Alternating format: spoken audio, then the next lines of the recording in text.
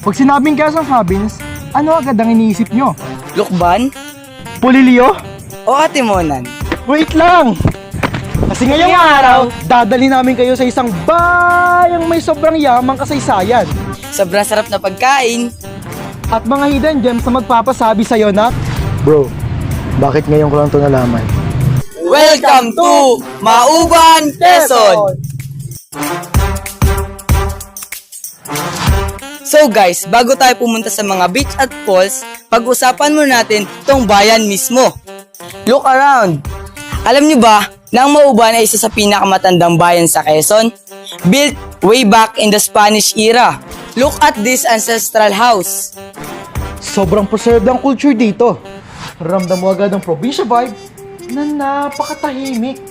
Tapos, ang babait pa ng mga tao. Siyempre, hindi kompleto ang vlog pag walang food trip.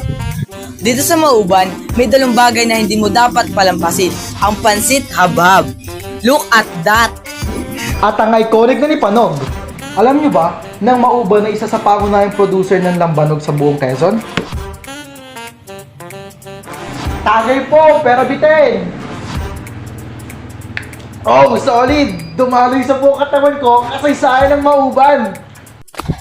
Bukod pa dyan, mayaman rin ang Mauban sa dagat, mga bundok, at malawak na palayan na itik sa bunga at patuloy na pinagyayaman ng lokal na pamahalaan. But wait, there's more. Bukod sa Cagbaliti Island, Butas-Butas Cave, Alita Falls, Agdan-Agdan Falls, at kung ano-ano pa.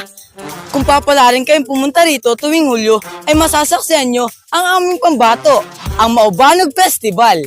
Balik-balikan ng Mauban, bayan ng ginto dagat, kasaysayan at... Dito, pinararangalan ng mga Maubanin ang kanilang kultura, tradisyon, at syempre ang pasasalamat sa masaganang ani.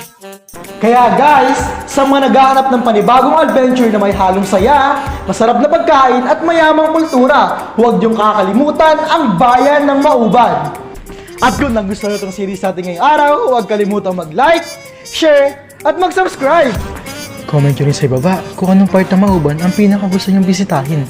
This is ang Salu series sa bayan ng Mauban. And as always, keep exploring, stay curious, and peace out! Bye guys!